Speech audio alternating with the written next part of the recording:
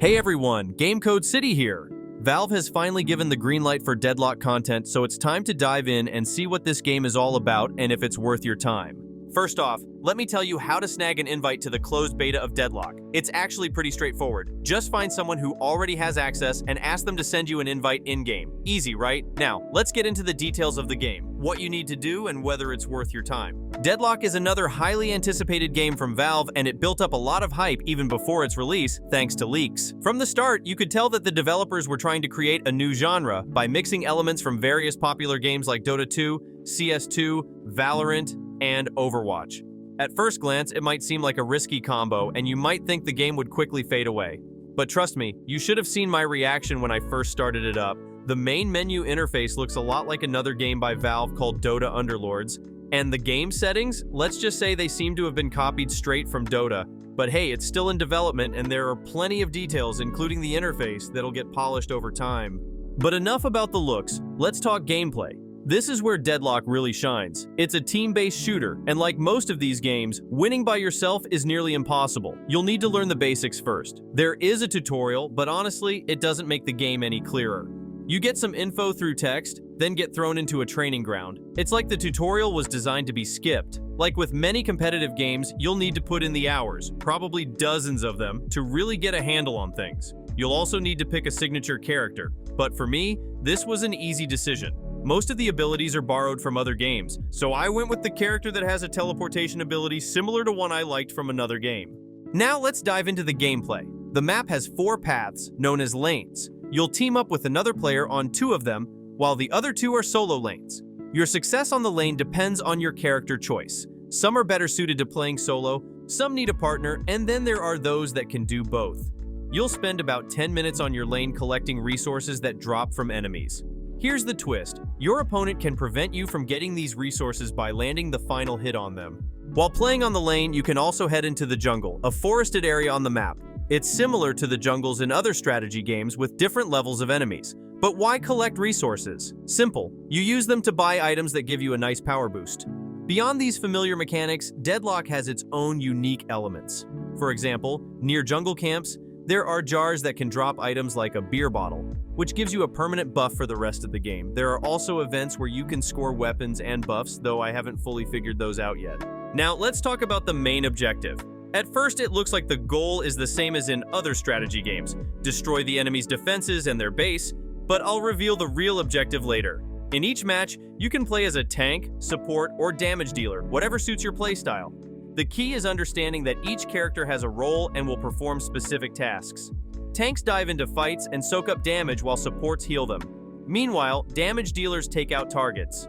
There are also range characters whose job is to deal damage from a distance. Moving around the map requires some strategy. Surprisingly, supports should collect the least resources, while damage dealers should collect the most. In Deadlock, you can also ambush your opponents by sneaking up on them. You can move around using dashes or zip lines that connect the base to the lanes. The dash is surprisingly handy with different variations for each character. There's also an escape system that varies by character. Some can burrow underground, others can become invisible, but I haven't figured out how to counter them yet. However, I found the items much easier to understand. That's where you'll spend your resources. You can customize your character however you like, but it's best to stick to your class. Tanks get items for resistance and health, damage dealers get items that boost their damage, and ranged characters get items that reduce their ability cooldowns and increase their damage. You'll likely need to mix and match, like giving a ranged character resistance items or a tank magic damage items. You'll have to experiment with all the items. You can buy 16 slots for items, 12 of which are available from the start, while the other 4 are unlocked by destroying enemy defenses. There are tons of fights in the game, but the most epic ones happen either for control points or for a powerful neutral monster that everyone fights over. Beating this monster gives your team a powerful buff and a lot of resources. Now, let's go back to the game's main goal. I said it'd be different from other games, but I lied. You still have to destroy the enemy's base, but it's much tougher here.